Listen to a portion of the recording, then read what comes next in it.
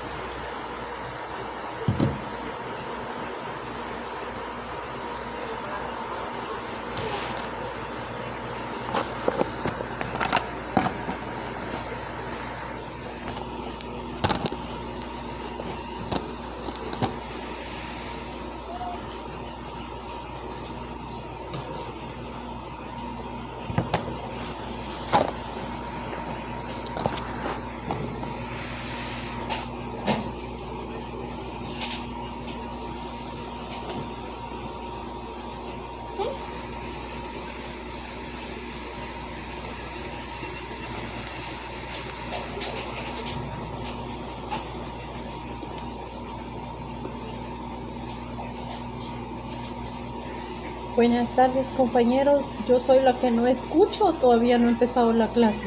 No escucho nada. Empezar, compañero. Creo que no ha iniciado.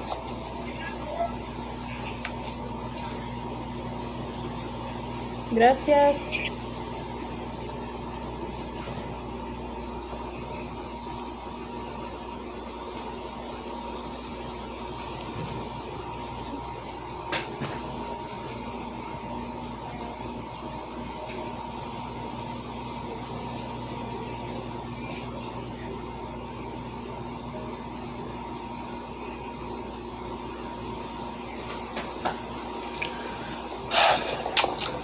Buenas tardes, compañeros.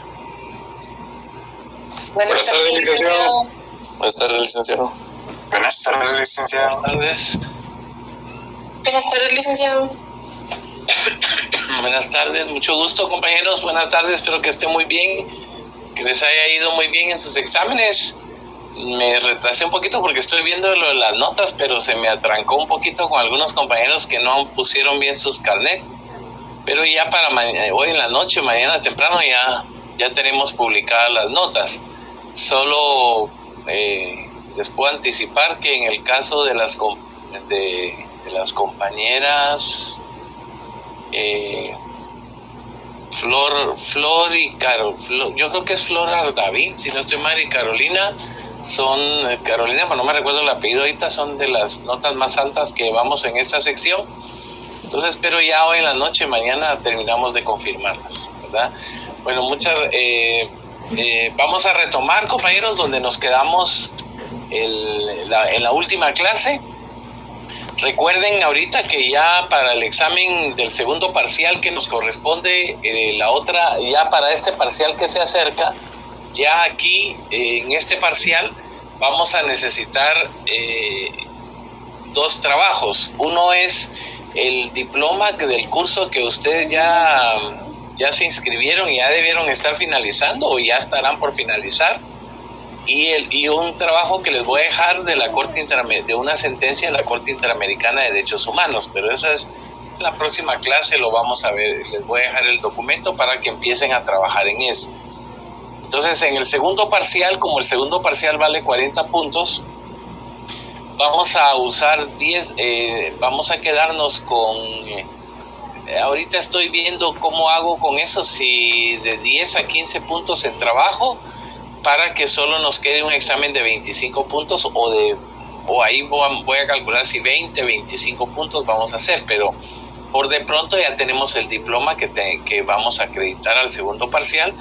Lo de las sentencias de la Corte Interamericana de Derechos Humanos, que ese es otro tema que les tengo, que vamos a trabajar para el segundo parcial, y otro trabajo que vamos a hacer por ahí para que tal vez sumemos unos 15 puntos, y así el examen nos queda de 25 del segundo parcial. Pero eso en el transcurso de estos días lo vamos a concluir, vamos a seguir avanzando en eso.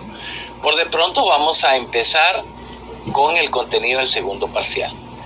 Saquen su constitución, compañeros, su código procesal penal, su constitución, su código procesal penal y su...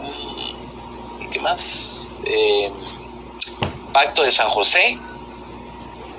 Y el Pacto de San José. Y la ley de organismo judicial. Vamos a tener presentes entonces para continuar con el contenido que teníamos para el segundo parcial. Si ustedes se recuerdan, lo último que hablamos en la clase antes del examen parcial, nosotros platicamos sobre la flagrancia, ¿verdad? Todo lo relacionado a la flagrancia. Entonces vimos el artículo 257 del procesal penal que regula lo relacionado a la flagrancia y hablamos de las 3 condiciones que deben dar para que se produzca flagrancia, ¿verdad? Bueno, entonces ahora en ese marco, como ya teniendo presente ese marco de la flagrancia, ahora quisiera yo que avanzáramos un poquito en relación a qué pasa cuando no hay flagrancia, ¿verdad? ¿Qué pasa cuando no se ha producido la flagrancia? ¿Verdad? ¿Cómo es que se hace si de la investigación no se detecta flagrancia? Solo déjenme buscar necesito un programa que no encuentro, que se me hizo.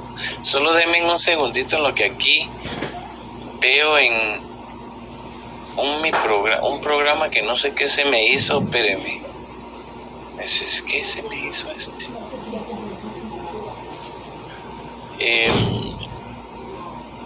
bueno, no lo encuentro, no sé qué se me hizo. ¿Dónde estará?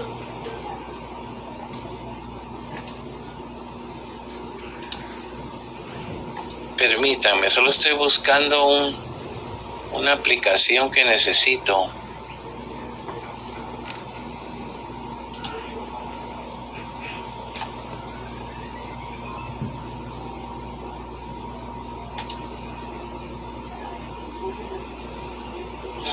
¿Dónde está? Espérenme, compañeros, es que necesito una aplicación, pero no la encuentro. Como ya de plano que la compu descansó tantos días. Aquí está. Ya.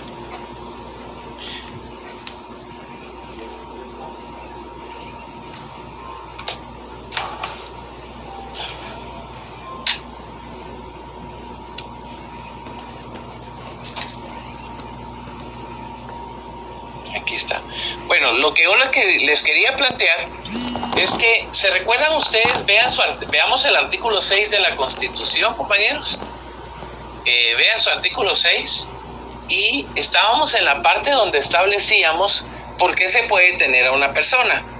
Y cuando hablamos de por qué se puede detener a una persona, establecemos que hay 2 situaciones por las que se puede aprehender a una persona.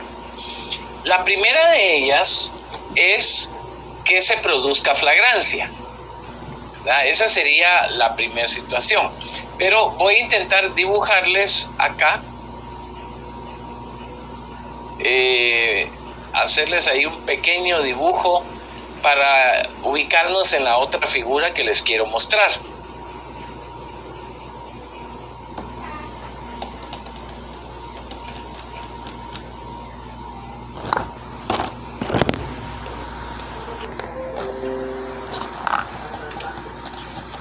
Bueno, entonces tenemos, ¿por qué se puede detener a una persona? Establecimos que según el artículo 6 de la Constitución, establece 2 situaciones para poder detener a una persona. Una de ellas, el artículo 6 de la Constitución, establece 2 situaciones. La primera, que la persona sea sorprendida en flagrancia. Esa sería la primera situación. Ahora, la otra condición, ¿se recuerdan ustedes cuál es la otra condición? Es que haya una orden. Entonces solo hay 2 posibilidades. O tengo flagrancia o tenemos una orden. ¿verdad? Entonces solo tenemos dos situaciones. Denme un segundito, compañeros, solo quiero ver algo que se me está trabando aquí. Por favor, denme un segundito y ahorita solo reviso eso y regreso. Denme un minuto, por favor.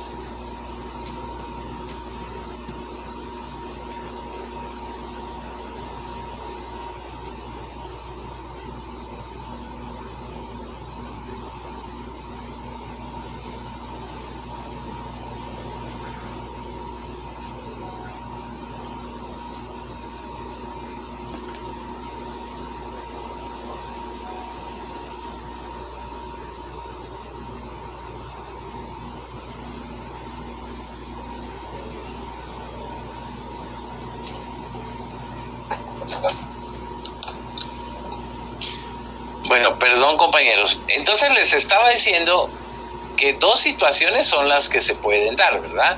Y que ahí lo ven ustedes en el artículo 6 de la Constitución.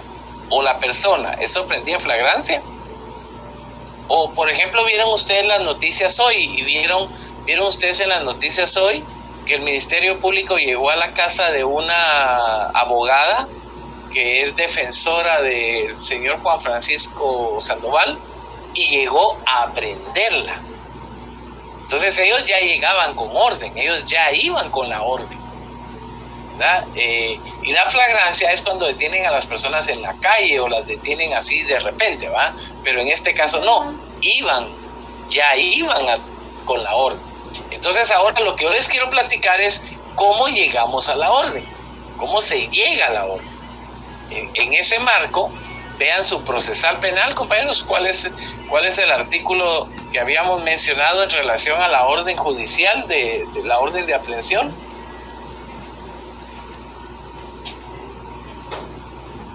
¿Quién se recuerda? Vean el 266.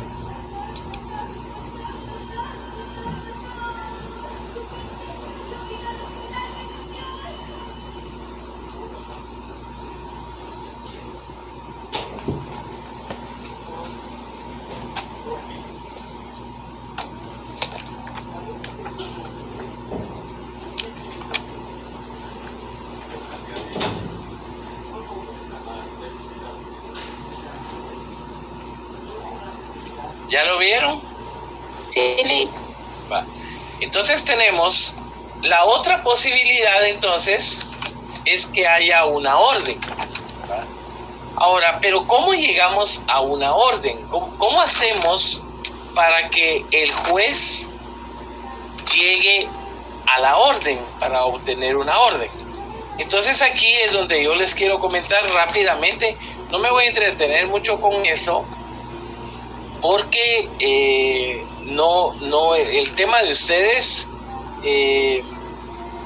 no es procesal penal, ¿verdad? Pero solo es para que establezcan cuál es la garantía de derechos humanos.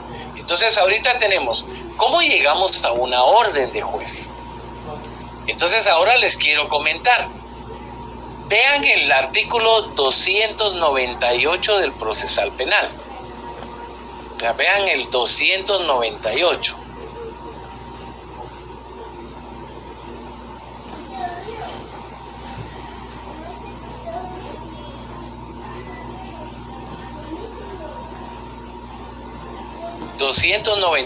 ¿Ya lo vieron?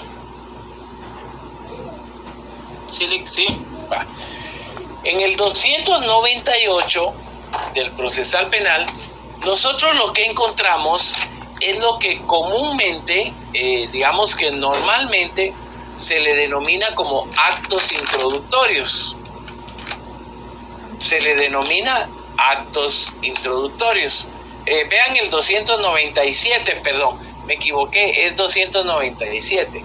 Pues vean arriba del 297 como dice actos introductorios.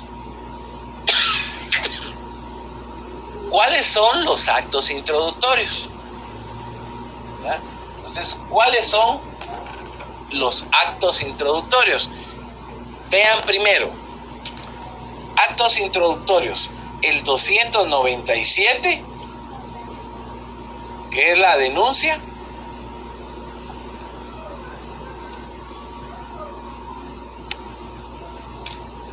El 302, que es la querella.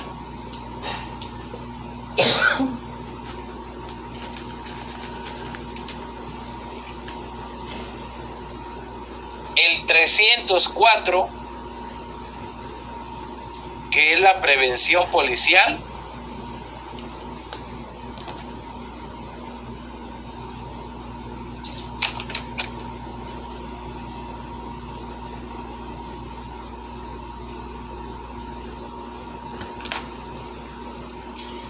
Y hay otro que es el que se llama, este es diferente el fundamento porque es 251 de la Constitución,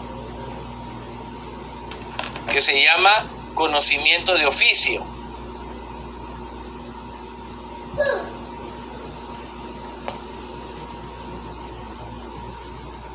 Disculpe, 251 dijo, ¿verdad? Sí, 51. Ahí está en la pantalla, compañera, en la pantalla, 251 de la Constitución.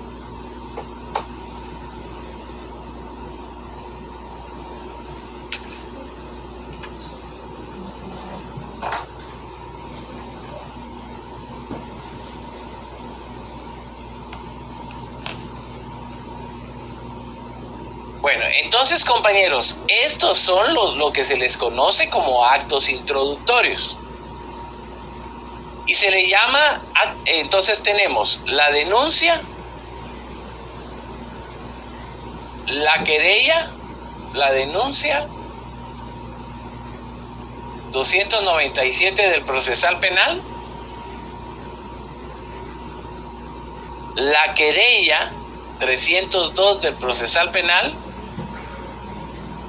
la prevención policial, 304, y el conocimiento de oficio en la Constitución, 251, y también está en el procesal penal, pero usemos la Constitución. Eso es lo que se llama actos introductorios. Básicamente, compañeros, los actos introductorios podríamos decir que son los actos mediante los cuales la autoridad se entera de la noticia de un delito o de la noticia de la posibilidad de un delito. Por eso se le llama actos introductorios, ¿verdad? Es la forma, el mecanismo por el cual la autoridad se entera de un delito o tiene información de la posibilidad de un delito. Esos son los actos introductorios. Entonces, la denuncia, la querella, la prevención policial y el conocimiento de oficio. Básicamente, les voy a mencionar rápidamente, ¿qué es la denuncia? La denuncia en esencia, compañeros, es cuando cualquier ciudadano, cualquier persona, le informa al Ministerio Público o a la policía o al juez que se ha cometido un delito. Entonces la denuncia, en esencia, 297 del procesal penal, ¿verdad?, es el mecanismo por el medio del cual cualquier persona, toda persona o cualquier persona le hace del conocimiento de la autoridad. La autoridad sería policía, MP,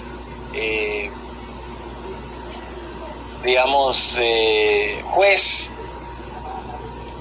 la posibilidad de un delito. Entonces eso es la denuncia. Ahí está en el 297. La querella es cuando la persona agraviada del delito, directamente agraviada, comparece ante el juez porque quiere perseguir penalmente a otra persona, al autor de un delito. ¿Ah? Voy a detenerme un poquito. Mientras la denuncia, vean, en la denuncia, cualquier persona, cualquiera, aunque no tenga interés, aunque solo vaya pasando por la calle y ve que están cometiendo un delito del otro lado de la calle, se entera y llama a la policía. Eso es la denuncia. Una persona X que no tiene interés directo en el asunto y se entera y llama a la autoridad. Esa es la denuncia. Por lo mismo que no tiene interés directo en el asunto, no le interesa el proceso, pero sí le avisa a la autoridad.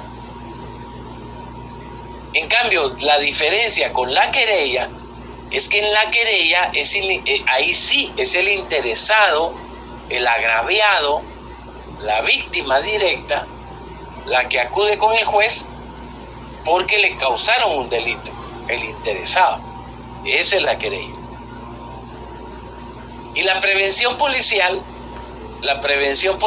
es cuando la policía tiene información de que se cometió un delito, pero aquí fue la policía la que se enteró.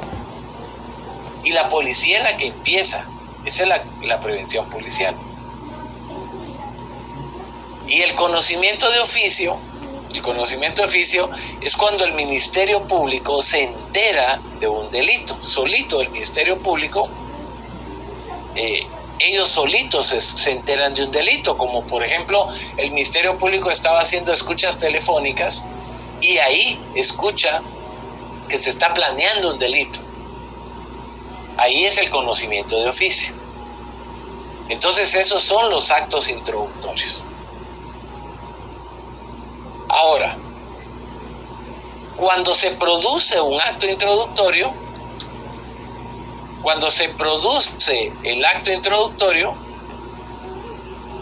la información del delito o de lo que pasó llega al MP, al Ministerio Público.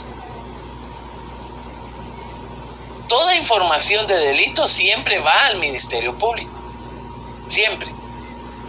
Si yo presento una denuncia al juez, el juez se la manda al Ministerio Público. Si yo le presento una querella al juez, el juez se la manda al Ministerio Público. Y si la policía se entera de la posibilidad de un delito, la policía se lo manda al Ministerio Público. Y lógicamente en el conocimiento de oficio, cuando es el mismo MP, pues el mismo MP se queda con la denuncia. Entonces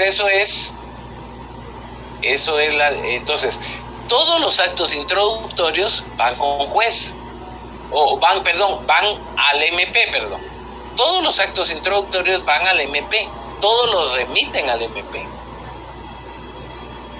Porque el encargado de la persecución penal es el Ministerio Público.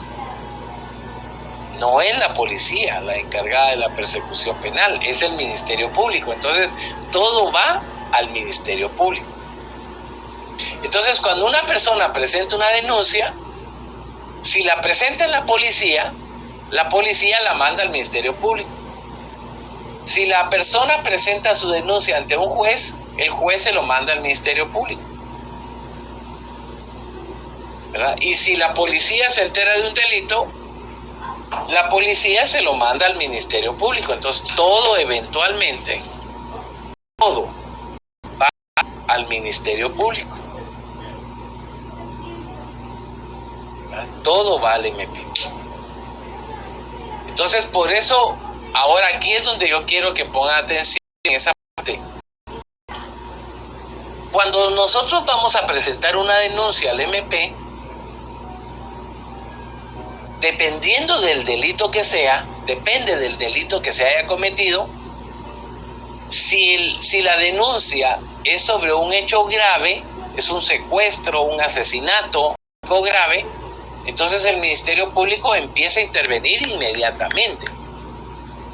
Ahora, pero si la denuncia es sobre alguna situación que no es tan grave, por ejemplo, una estafa o un problema con los vecinos o una cuestión así, entonces cuando la denuncia, querella o prevención policial o algo llega al MP, el MP empieza a hacer una investigación. Es una investigación que se le llama investigación preliminar.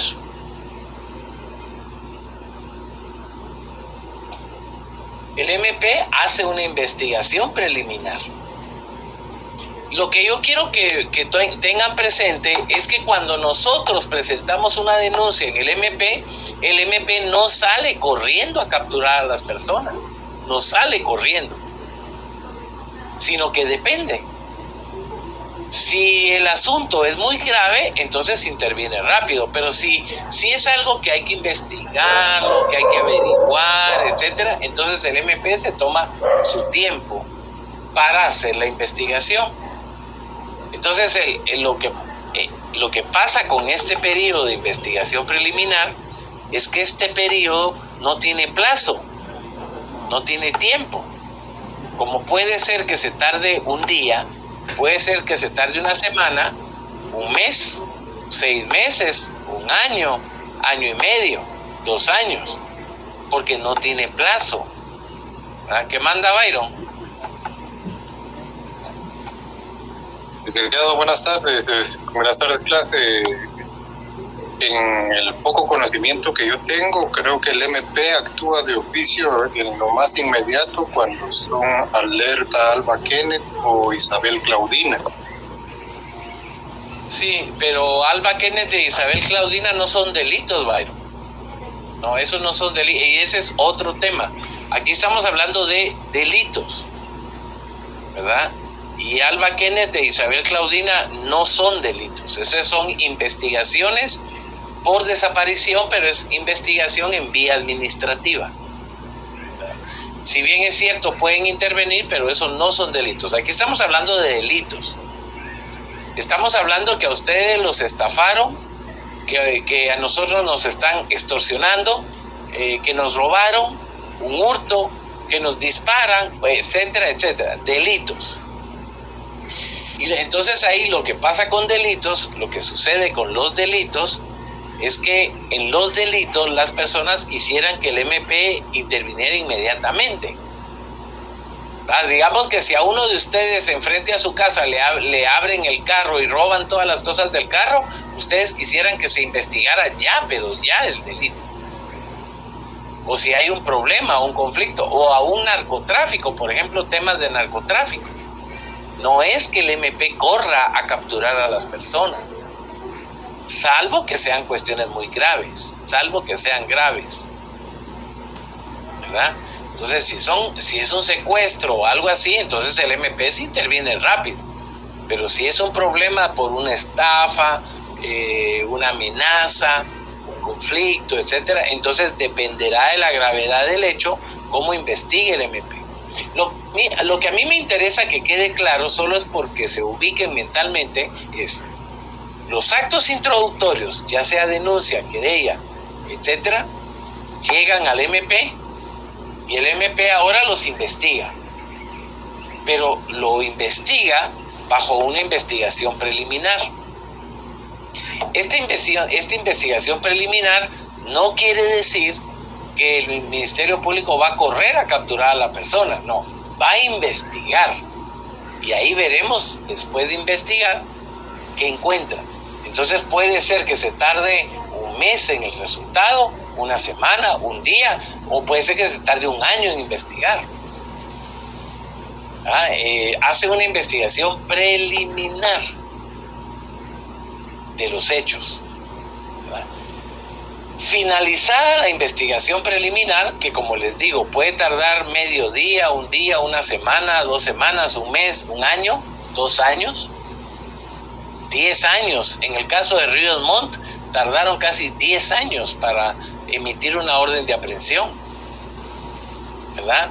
Etcétera. Entonces, Finalizada la investigación preliminar, el MP debe decidir, y aquí es donde, si encuentra elementos acá que ameriten una orden de aprehensión, 266, artículo 266 del Procesal Penal, entonces acá pide la orden de aprehensión, orden de detención o de aprehensión.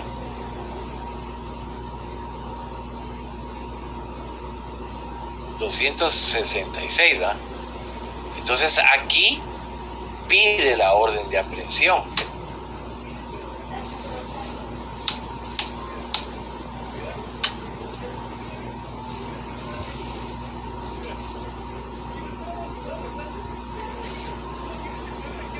Pero lo importante es, compañeros, que tomen en cuenta, cuando yo denuncio un hecho en el MP, no quiere decir que el MP corre a capturar a la gente. No, empieza una investigación preliminar, y cuando la investigación preliminar termina, ahí determina si es necesario pedir una orden de detención. Puede ser que también resuelva que no, puede ser que diga que no encontró nada, y que no pide orden de aprehensión porque no encontró delito, no encontró nada, era solo un chisme. Hay gente que porque ve que su vecino compró carro nuevo dice, es que es narco, ¿verdad? Y lo denuncia por narco, pero el MP lo investiga, y cuando lo investiga no encontraron nada. Entonces ya el MP dice no hay nada. O puede ser que diga sí, hay orden es necesario pedir una orden de detención. Y aquí era donde yo les decía la vez pasada, si se teme que la persona pueda huir, escapar, porque es muy grave el delito, pedimos la orden de aprehensión y lo vamos a prender temprano, rápido. Ahora, en este momento puede darse dos cosas. Puede darse que encontramos a una persona en flagrancia, encontramos a una persona abriendo un carro en flagrancia, o puede ser que capturamos a una persona como consecuencia de una orden. Pero lo importante es que tomen en cuenta eso. Entonces, compañeros, una persona puede ser detenida como consecuencia de flagrancia o puede ser detenida como consecuencia de una orden, ¿verdad? Ya sea que capturan a la persona por una orden o la capturan por flagrancia. Por ejemplo, vieron el caso de una abogada que capturaron hoy, que se aprendieron hoy, fue derivado de una orden. No fue flagrancia, fue una orden. Entonces aquí es importante tomar en cuenta que la investigación preliminar pudo haberse llevado una semana, 2 semanas, 6 meses, 1 año, 2 años, 3 años, ¿verdad? Y hasta después salió la orden. Ese es el proceso. Entonces, ese es el proceso que nos lleva a la orden.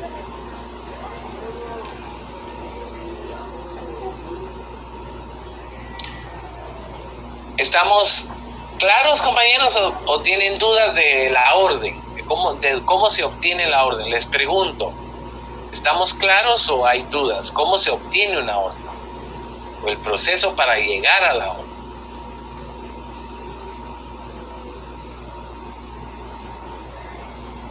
Está claro, ¿estamos o no, compañeros?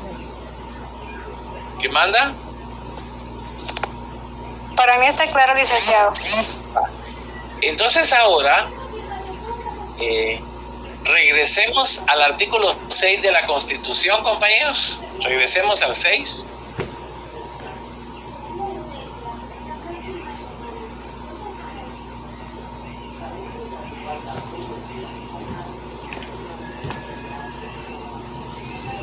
Vean el artículo 6 de la Constitución. Ya hemos hablado de ese artículo 6 y dice, por ejemplo, ninguna persona puede ser detenida o presa sino por delito o falta, o en virtud de orden, librada con apego a la ley, ¿verdad? se exceptúan los casos de haberlo sorprendido en flagrancia. Entonces estamos claros, o lo detuvimos en flagrancia o teníamos una orden.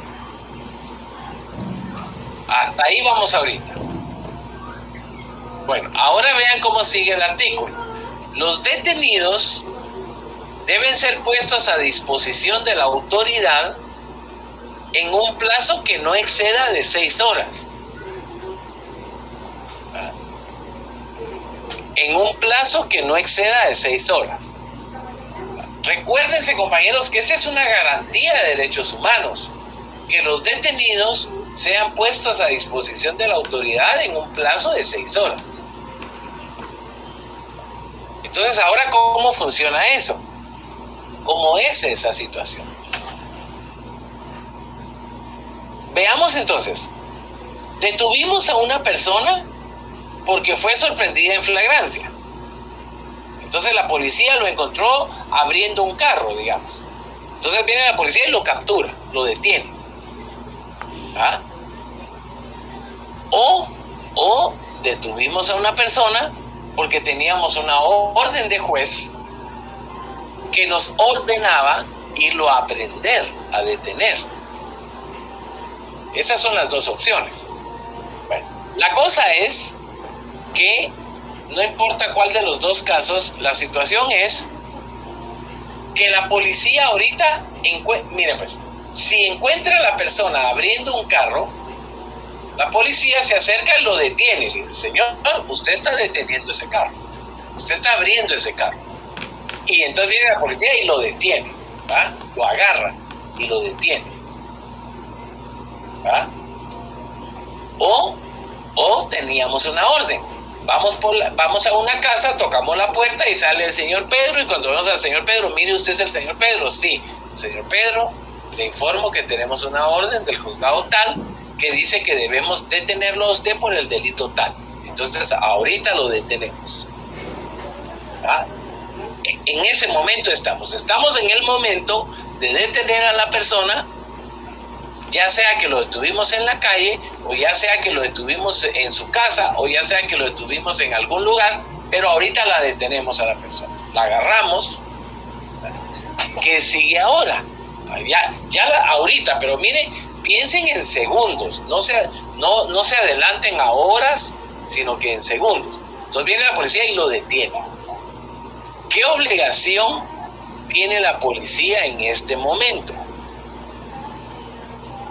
Dejen eso de las 6 horas pendientes y ahora vean el artículo 7 de la Constitución. ¿Qué obligación tiene ahorita la autoridad? Artículo 7, primera y segunda línea. Artículo 7, primera y segunda línea. ¿Qué obligación tiene la autoridad ahorita que lo detuvieron? Ahorita, es segundos. No a las 2 horas, no a las 3 horas.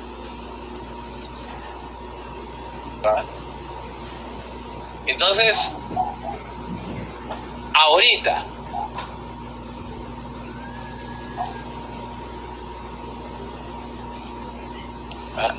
no a las 2 horas, no a las 3 horas. Sería de informarle el por qué fue detenido, Lick. Exactamente, ahí está en el 7. ¿Qué es lo que hay que informarle? Byron o Carlos, ¿quién? Informarle que ha sido detenido porque ha sido, ¿cómo es? En flagrante. O por una orden. Ha sido sorprendido en flagrancia, perdón. Cualquiera de las dos cosas. O lo detuve en flagrancia o tengo una orden. Ah, ok. ¿Va? Carol, Licenciado, ¿mande?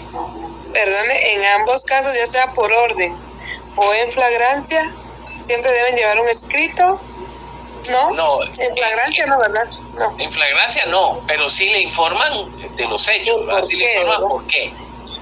Gracias. Carol, ¿qué quería decir?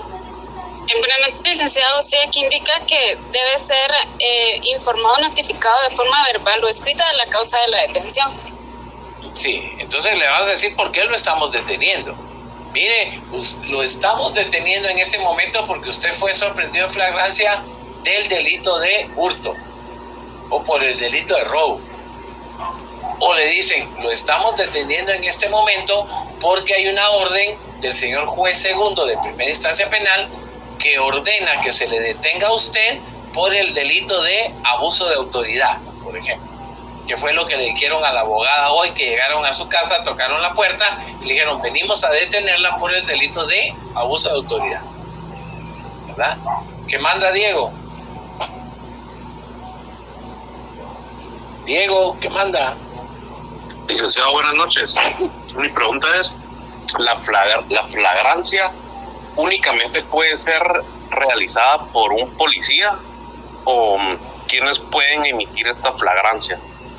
No, la flagrancia no es emitida, la flagrancia es encontrado en flagrancia, que la policía encuentre en flagrancia y si ven el artículo 257, Diego, al final del 257 del procesal penal, ahí está quién más puede aprehender en flagrancia. En el 257 del procesal penal, al final, establece que cualquier persona puede detener a quien sorprende en flagrancia, solo que la obligación es entregarlo rápido a la autoridad.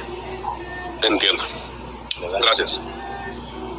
Bueno, entonces, compañeros, regresando al artículo 7, yo lo que quiero que recuerden es, estamos en el momentito, en el exacto momento donde la policía detiene a una persona en flagrancia o porque tenía una orden, cualquiera de las dos cosas. La policía lo vio cometiendo un robo, lo detiene y ahora dice, mire, lo estamos deteniendo porque usted violó la ley. Usted cometió el delito de robo o el delito de hurto, o usted tiene el delito de portación ilegal de arma de fuego, o tráfico o posesión de estupefacientes, etcétera, el delito que sea, pero lo detuvieron en flagrancia o lo detienen porque hay una orden de juez. Ahora, artículo 7, la obligación que existe es notificar a la persona de la causa o motivo de su detención. Vean las dos últimas líneas, las tres últimas líneas del artículo 7. Dice, vean cómo dice las tres últimas líneas. La misma notificación deberá hacerse por el medio más rápido a la persona que el detenido designe, y la autoridad será responsable de la efectividad de la notificación. Les pregunto, compañeros, ¿han visto las películas donde dice que todo detenido tiene derecho a una llamada telefónica? Sí, licenciado. ¿Los detenidos tienen derecho a una llamada telefónica, compañeros? Sí, licenciado. ¿Sí? Sí, solo de compañeros, sí, muevan la cabeza por lo menos, sí. ¿Saben una cosa, compañeros? Eso es de la tele. Mucha tele ven ustedes, compañeros, mucha tele. Vean el artículo 7, ahí no dice llamada telefónica. Ahí dice el medio más rápido. Mucha tele ven ustedes. Muchas series taiwanesas, muchas series coreanas se están viendo. Ahí dice, en el artículo 7 dice el medio más rápido. ¿Saben que esta garantía es mejor que la llamada telefónica? Es mejor. Una llamada telefónica en nuestro país una llamada telefónica limita. Es limitativa, ¿saben por qué? Porque en la ciudad capital todos tienen celular, pero en el interior no. Hay lugares en nuestro país donde no hay señal, no hay teléfonos. Hay lugares que todavía hay teléfonos comunitarios, hay un teléfono en toda la aldea. Entonces, si nosotros limitáramos a una llamada telefónica, estaríamos restringiendo la información. Entonces, por eso es que nuestra Constitución dice el medio más rápido. Entonces, el medio más rápido puede ser un mensajero. El medio más rápido puede ser Noticiete, puede ser Sonora. El medio más rápido no solo es el teléfono. Claro que si el teléfono está a la mano, pues más rápido el teléfono. Pero si no, la obligación de la autoridad es informar por el medio más rápido, que puede ser un mensajero, un mototaxi, un Uber, no necesariamente una llamada. Entonces, claro que la llamada se puede, sí se puede la llamada, pero la garantía del artículo 7 es más amplia, es mayor. Eso de la llamada limita. ¿Estamos claros, compañeros? Dice que es el medio más rápido. Ahora, ya estamos en eso. Ahora veamos artículo 8. Artículo 8.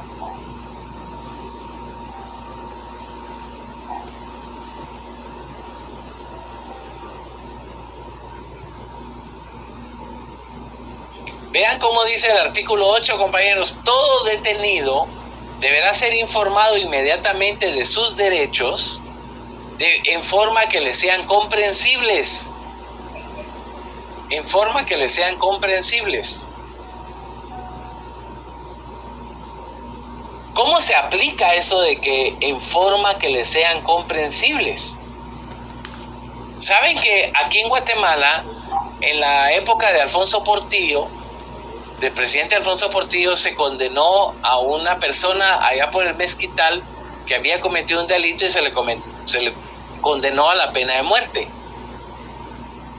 Y cuando se hicieron las investigaciones, resultan que después de hacer los peritajes, los expertajes, se determinó que esta persona no hablaba bien el español.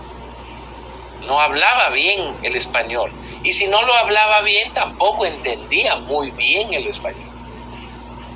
Entonces resulta, y además esta persona tenía un nivel de retraso mental, un pequeño nivel de retraso.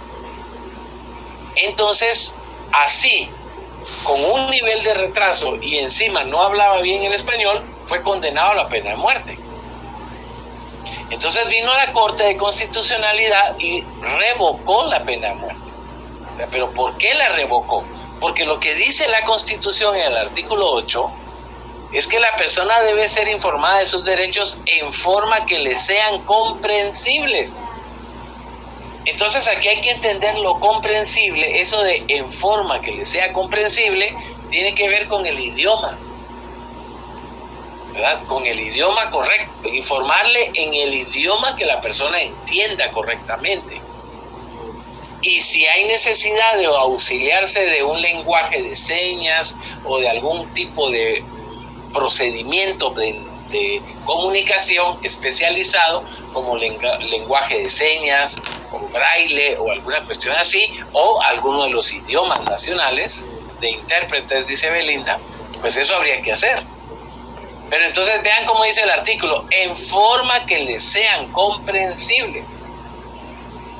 No es solo a decírselos, es que hay que ver que los entiendan. ¿verdad? Ahora vean lo que sigue en el artículo 8. Vean cómo sigue el 8.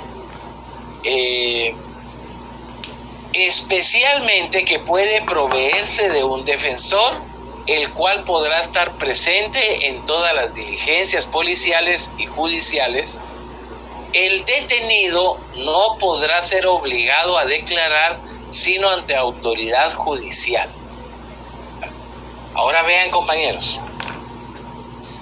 les pregunto, ¿toda persona que esté detenida tiene derecho a guardar silencio?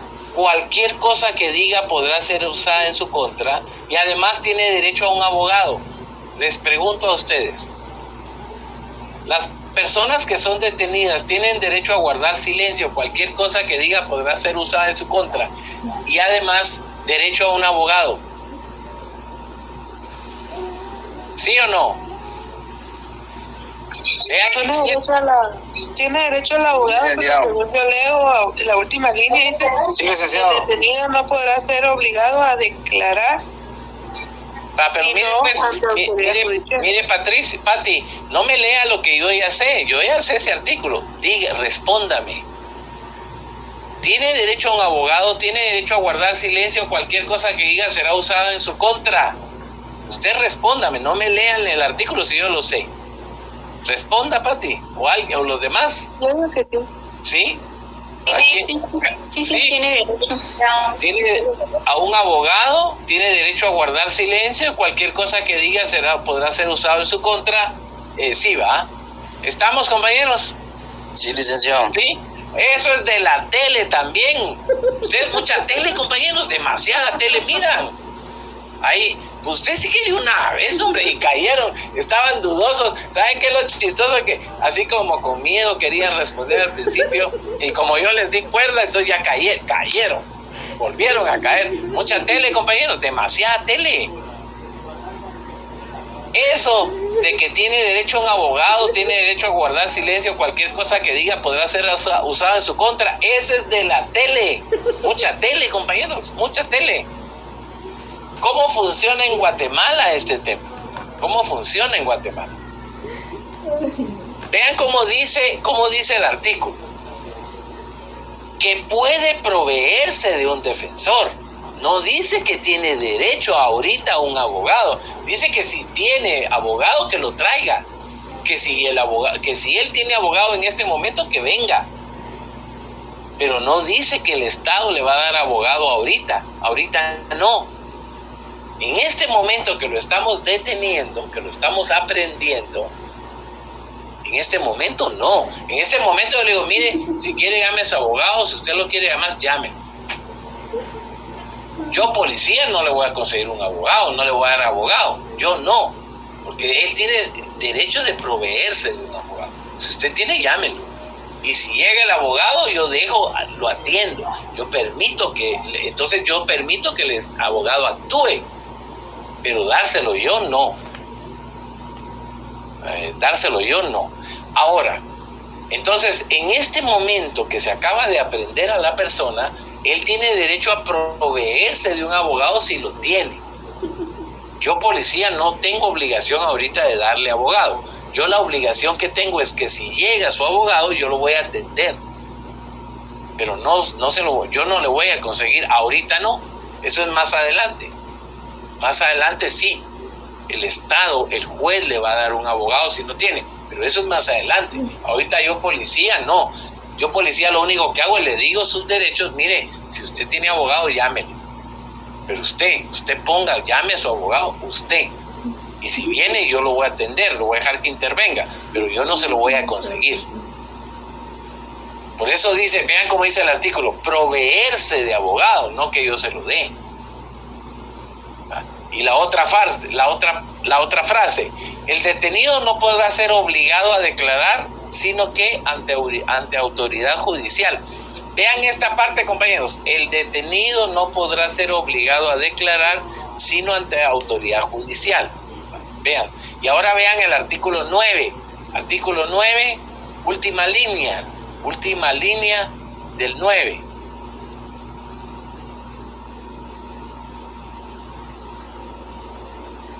¿Ya? Última línea. El interrogatorio extrajudicial carece de valor probatorio. El interrogatorio extrajudicial carece de valor probatorio. No vale nada lo que yo le diga a la policía. No tiene valor. Ahora vean esto. En la tele dicen, tiene derecho a guardar silencio, cualquier cosa que diga puede ser usado en su contra. Así dice la tele, cualquier cosa que diga puede ser usada en su contra. Pero en Guatemala dice, cualquier cosa que usted le diga a la policía no tiene valor probatorio. Vean cómo es diferente en Guatemala que en la tele. En la tele dice, cualquier cosa que diga puede ser usado en su contra. En Guatemala dice, todo lo que usted le diga a la policía no vale, no tiene valor probatorio. ¿Ya? Y eso lo tenemos del artículo 8, última línea, y artículo 9, última línea. En el artículo 8 dice, el detenido no puede ser obligado a declarar, sino que únicamente frente al juez, solamente frente al juez. Y en la última línea del 9 dice, el interrogatorio extrajudicial carece de valor probatorio. ¿Cuál es el interrogatorio extrajudicial? El que haga cualquier persona que no sea el juez, cualquiera, la policía, el MP, quien interrogue que no sea juez, no tiene valor probatorio. Pero tomen en cuenta que estamos hablando de ahorita que lo aprendieron, ¿va? No más adelante. No olviden que estamos ahorita en el momentito de que se capturó a la persona. En este momentito no tiene valor probatorio. El interrogatorio extrajudicial carece de valor probatorio, ¿verdad? En este momento. Entonces, por eso es que aquí no vale eso de la tele, donde dice cualquier cosa que diga puede ser usada en su contra, porque aquí no. Aquí cualquier cosa que diga no vale después. ¿Estamos claros ahí, compañeros? Ahora sí. Sí, ¿estamos claros? Sí, licenciado. Ahora, Sí. ¿por qué, Diego, Fernando quería decir algo y Belinda querían decir algo, compañeros? Diego, Fernando y Belinda. No, a mí se me había quedado la mano levantada, licenciado. Disculpe. Belinda, ¿qué manda? Gracias. Yo sí, licenciado. Buenas noches. Con respecto al interrogatorio extrajudicial, también incluye el de los medios de comunicación, como los periodistas. Miren, compañeros, hace varios años, por eso que dice Belinda, hace varios años, para un 25 de diciembre, en la colonia Villahermosa, aquí en San Miguel Petapa, en Villahermosa 2, hace varios años, el 25 de diciembre pasado, en la Navidad, todos nos despertamos con la noticia de que en una casa de Villahermosa habían masacrado a una familia. Habían matado a una señora con sus 3 hijos y sus 3 hijos en esa casa. Resulta que en la mañana, como a las 10, 11 de la mañana, la policía hizo una investigación rápida y capturaron a uno de los asesinos, que le decían el Slowly, y lo capturaron. Cuando llegaron los noticieros, la policía permitió que hablaran con el Slowly. Y el Slowly contó todo. Él contó cómo los mataron y él contó a quién mató él, cómo hizo él, el cuchillo que él usó y toda la cosa. La cuestión es, compañeros, que meses después resulta que el Slowly fue absuelto. O sea, ¿por qué fue absuelto? Porque la garantía de derechos humanos del artículo 8 y el artículo 9 de la Constitución dice que cualquier interrogatorio extrajudicial, Belinda, carece de valor probatorio. Ahí está su respuesta, en el puro artículo 9. Carece de valor probatorio. ¿Verdad? ¿Qué manda ahí, Buenas noches, licenciado. Y ese caso que usted está mencionando, al momento de avanzar en las investigaciones y en los medios probatorios, no se puede tomar como prueba, digamos, no sé, esos videos de esas entrevistas. Lea la última línea del artículo 9, Jimmy, ahí está. Y nos guste o no nos guste, la ley es dura, pero es la ley y son principios fundamentales. Ahí dice, Jimmy. Ahí no hay para dónde. ¿Ah? Entonces ahora el problema es, ahí está. No se puede interrogar y no puedo usar esos interrogatorios como medios de prueba. Ahora, hay algo que sí es importante de eso que Jimmy planteaba. Mire pues, demos el caso de un piloto de un carro que va ebrio. Va ebrio, ¿va? El piloto va ebrio y choca. Cuando llegan los bomberos observan huelen y ven detalles, ven botellas, ven envases, y además ven al piloto cómo trastabea, cómo habla, y además sienten el olor al licor, y además ellos son paramédicos, ¿verdad? Entonces, no es válido que los bomberos interroguen a la persona, porque ese interrogatorio carece de valor probatorio. Entonces yo, Ministerio Público, no uso no dejo que los bomberos lo interroguen, porque eso carece de valor probatorio. Ahora, pero en lo que Jimmy plantea, en el debate, en el juicio, yo sí puedo presentar a los bomberos para que los bomberos declaren qué observaron ellos. Y entonces sí podemos comprobar el estado de alcoholismo de una persona con la declaración de los bomberos.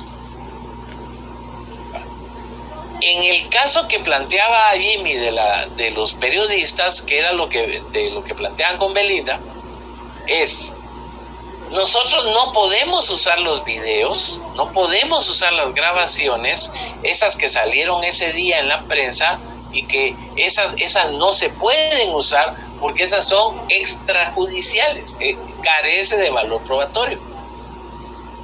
Ahora, si yo llevo a los periodistas al debate, entonces el problema es que si vienen los periodistas y les preguntan, ¿ustedes interrogaron al detenido? Sí, y él nos contó tal cosa.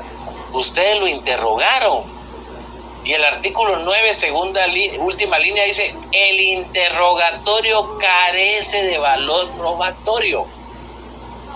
Ahora, yo como abogado, como fiscal, sí podría presentar a un periodista que ingenuamente tuvo una conversación, no que interrogó. Entonces ahí es una cuestión donde tenemos que tener cuidado. Entonces, por ejemplo, lo malo de aquí, de este caso que yo les cuento, es que los periodistas lo interrogaron ante las cámaras, y ahí se escuchaba cuando decían, pero mira pues, pero vos lo mataste. Sí, yo fui, mira, ¿y cómo lo hiciste? O sea, ¿y por qué fue pues vos?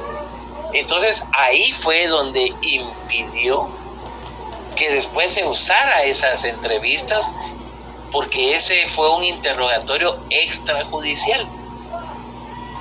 Si los periodistas hubieran ido, platican con el detenido, solo platicadito, no transmiten el interrogatorio en la prensa, solo platicadito, y después yo fiscal, los llamo a ellos y los pongo a declarar como testigos, y ellos cuentan una conversación que tuvieron, ahí sí tiene valor probatorio, ahí sí, porque no fue un interrogatorio, fue una conversación.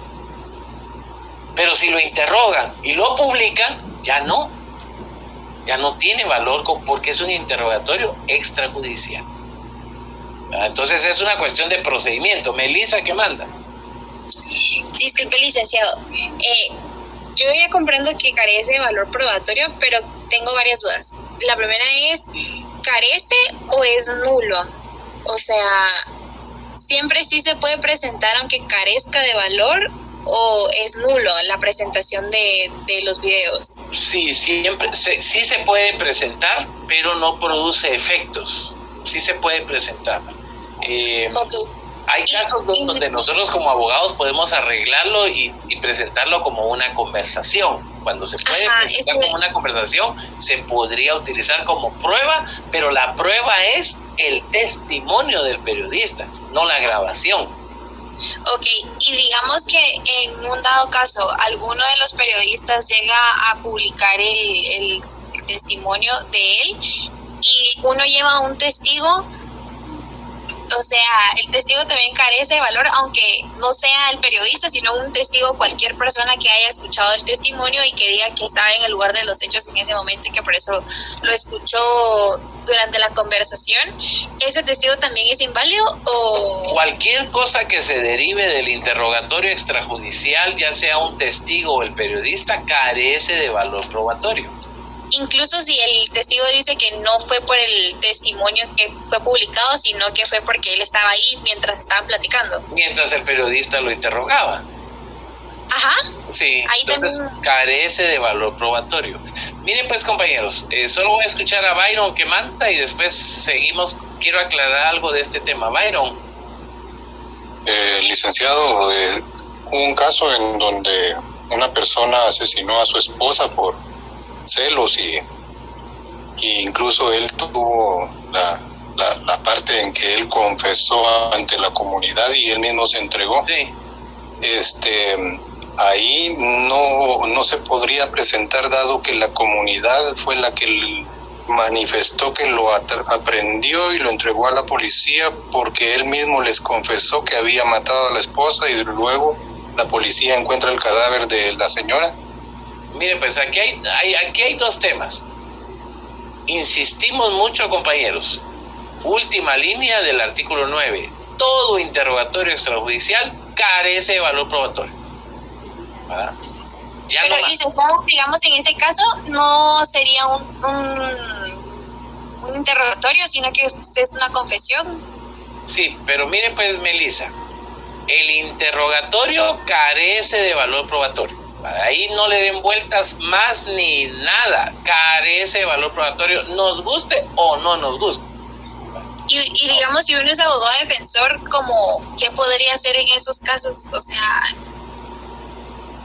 el abogado está feliz y no carece de valor probatorio, pues. No, el abogado de la parte denunciante. Tienen que buscar otros procedimientos, buscar otra forma.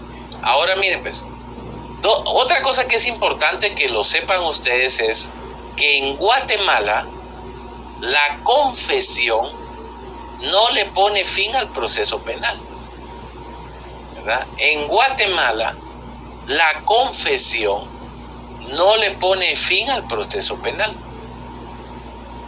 Entonces, claro que hablando de delitos graves, ¿verdad? Porque delitos de bajo impacto, ahí sí hay una cuestión que se llama reconocimiento de cargos, pero son de bajo impacto, ¿va? Pero como el caso que planteaba Byron, hace unos años aquí pasó en Guatemala, en Ciudad San Cristóbal, aquí en Misco, de un ingeniero que se había separado de su esposa, saltó la pared, le dio muerte a la esposa, al hijastro y a su hijo biológico, y los mató. Y se sentó en la banqueta y esperó a la policía. Y cuando llegó la policía les contó. Y cuando estuvo frente al juez confesó. Pero en Guatemala el interrogatorio no le pone fin al proceso penal. Entonces, aunque la persona haya confesado, siempre deberá desarrollarse el proceso penal, siempre.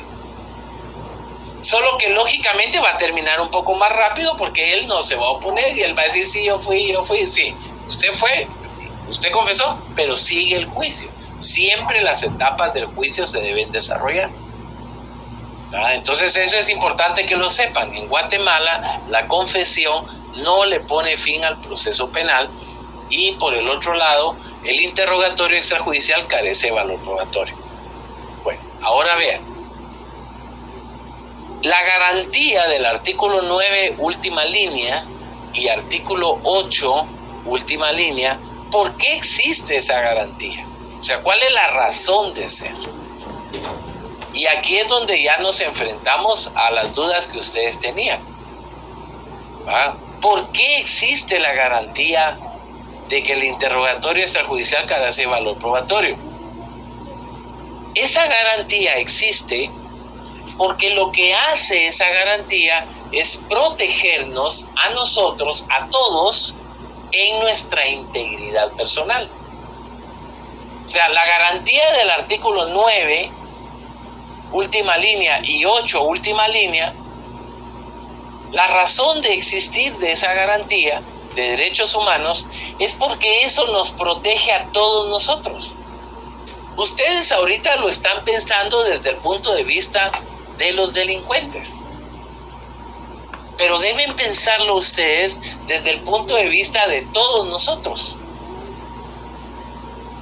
Miren pues, nosotros somos un país que durante muchos años, por ejemplo, el Código Procesal Penal, este código que tenemos, que tienen ustedes ahí en su poder, este código está en vigencia desde el año 94. Del año 94. Antes del 94, había un código y además la Constitución anterior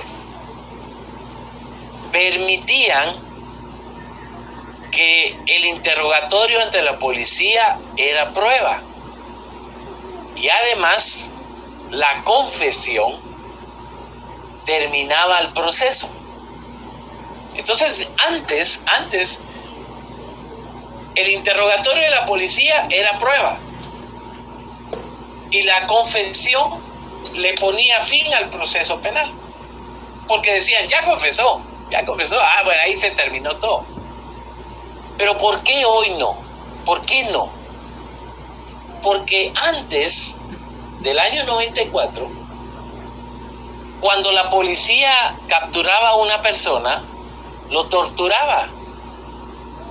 Entonces resulta que la persona era torturada, lo metían en toneles de agua, le ponían una bolsa que le decían la bolsa de gamesán, que era un nylon con gamesán, le ponían una bolsa en la cabeza, choques eléctricos, lo metían en un tonel, etcétera, etcétera.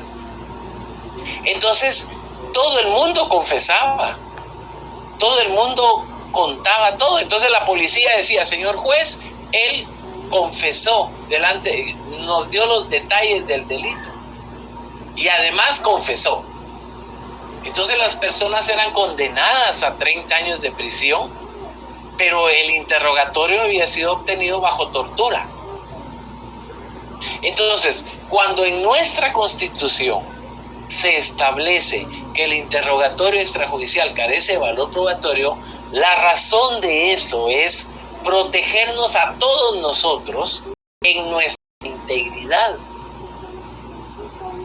Entonces piensen ustedes, compañeros, que van saliendo de la chicha un viernes a las 12 de la noche, salen de la chicha y la policía los detiene más adelante.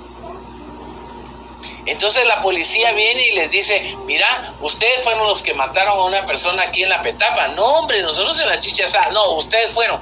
Y los golpean y los torturan. Las personas terminan confesando ante una tortura y las personas terminan diciendo, sí, yo fui. Y entonces los policías le dicen, ¿y tiraste la pistola? Va, sí, yo la tiré. ¿Y saliste huyendo? Sí, yo salí huyendo. Entonces, esa es la razón por la cual en Guatemala el interrogatorio extrajudicial carece de valor probatorio, porque la forma de que la policía no necesite torturar a una persona, la forma de evitar que la persona sea torturada es que lo que yo le diga a la policía no vale, y eso me va a proteger mi integridad personal. Y entonces si yo confieso ante la policía no vale, entonces la policía no necesita hacerme confesar. Entonces véanlo desde ese punto de vista. La garantía de que el interrogatorio extrajudicial carece de valor probatorio, ¿a quién protege? Es a todos nosotros, porque entonces va a evitar que la policía piense en torturarme para sacarme la verdad. Porque nosotros venimos de muchos años donde la policía torturaba a los detenidos, ¿verdad? Y por eso es que en nuestro país el interrogatorio carece de valor probatorio y la confesión no le pone fin al proceso, porque si no, se pone en riesgo la integridad corporal, la integridad mental de todos nosotros. Entonces, si la policía sabe eso, no necesita estar interrogando a los detenidos, no necesita estarles preguntando nada, solo que los detenga y que se los entregue al MP. No se está entorpeciendo nada. Entonces ustedes no se quiten la vida ahorita pensando que qué bueno que se lo digan los periodistas, que no, porque esa no es la garantía. La garantía es que hable frente al juez no que hable con la policía, no que hable con los periodistas. No son los periodistas los indicados. No nos sirve de nada. Los periodistas tergiversan muchas veces la información. Y además, si un delincuente le cuenta detalles a los periodistas y los periodistas lo publican, se entorpece una investigación posterior. Se arruina la investigación. ¿Verdad? Entonces tomen en cuenta eso. Entonces, la garantía del artículo 9 y 8 final, lo que protege es la integridad corporal y mental de todos los habitantes de este país, al no haber necesidad de torturarlos ni de hacerles daño para sacarles la verdad. ¿Ya? ¿Estamos claros, compañeros? ¿Sí? Sí, licenciado. Bueno. Sí, licenciado. Miren, Licenciado. pero miren en qué momento vamos. Vean, no se les olvide en qué momento vamos. Lo acabamos de capturar a la persona, lo estamos agarrando. No hemos llegado a donde, no lo hemos llevado. Yo policía lo acabo de capturar, no lo he llevado con el juez. No se les va a olvidar que vamos en ese momento donde ahorita lo estoy capturando aquí, en la calle lo tengo, y lo que hemos platicado hoy pasó aquí en la calle, ahí estamos en ese momento. No lo hemos llevado. Recuérdense que estamos pendientes de eso. Hoy para la próxima clase. Nos vemos el día miércoles, compañeros. Buenas noches, licenciado. Buenas noches.